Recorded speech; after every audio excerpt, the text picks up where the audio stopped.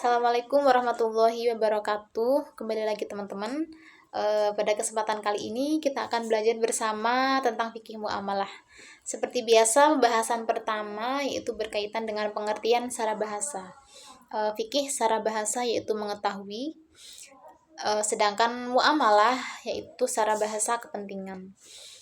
Secara istilah dapat kita pahami bahwa fikih muamalah ini merupakan ilmu yang mempelajari tentang hukum-hukum yang berkaitan dengan tata cara berhubungan kepada sesama manusia, baik hubungan yang bersifat kebendaan maupun dalam bentuk perjanjian perserikatan.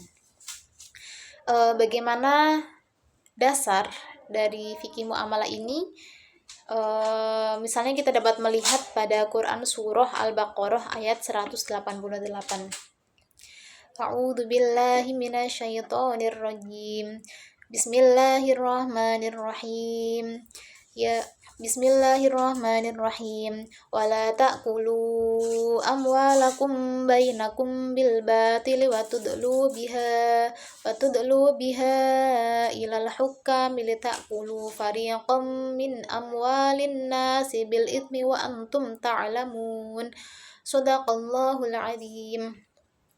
Yang artinya, janganlah kamu makan harta di antara kamu dengan jalan yang batil, dan janganlah kamu membawa urusan harta itu kepada hakim dengan maksud agar kamu dapat memakan sebagian harta orang lain itu dengan jalan dosa, padahal kamu mengetahui.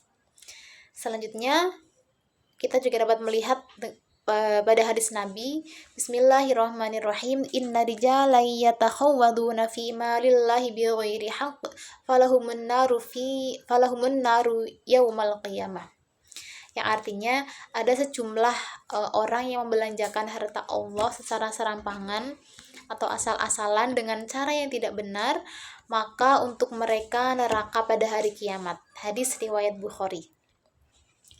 Berdasarkan ayat Al-Quran dan juga hadis tadi, kita dapat melihat betapa Allah dan Rasulullah itu sangat mewanti-wanti kita untuk menjaga diri kita dari memakan harta ataupun hak-hak orang lain, karena bahkan Rasulullah sendiri mengatakan ya dalam hadisnya bahwa orang-orang yang bermuamalah atau membelanjakan harta mereka secara serampangan atau secara asal-asalan itu akan masuk ke dalam neraka pada hari kiamat.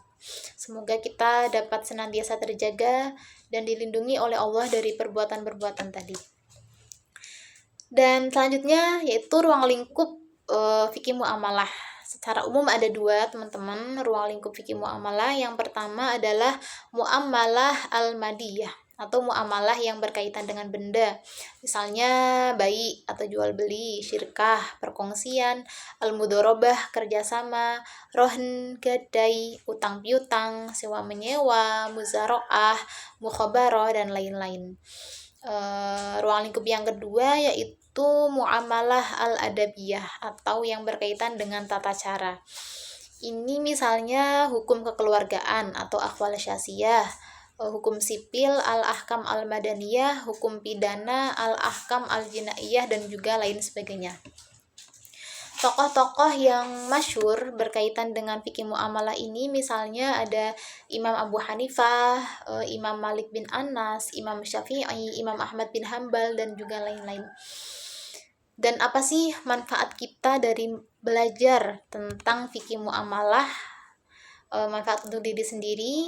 Dengan belajar fikih muamalah ini kita dapat mengetahui tata cara melakukan transaksi dalam kehidupan sehari-hari. Kita dapat lebih memahami bagaimana tata cara berinteraksi utamanya dalam hal perekonomian.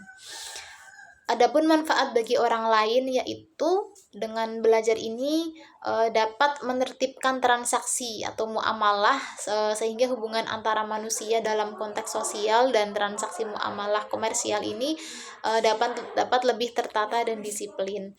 Harapannya dengan belajar fikih muamalah ini seluruh kegiatan transaksional antara manusia dapat lebih terarah dan tertata. Sekian teman-teman, terima kasih. Wassalamualaikum warahmatullahi wabarakatuh.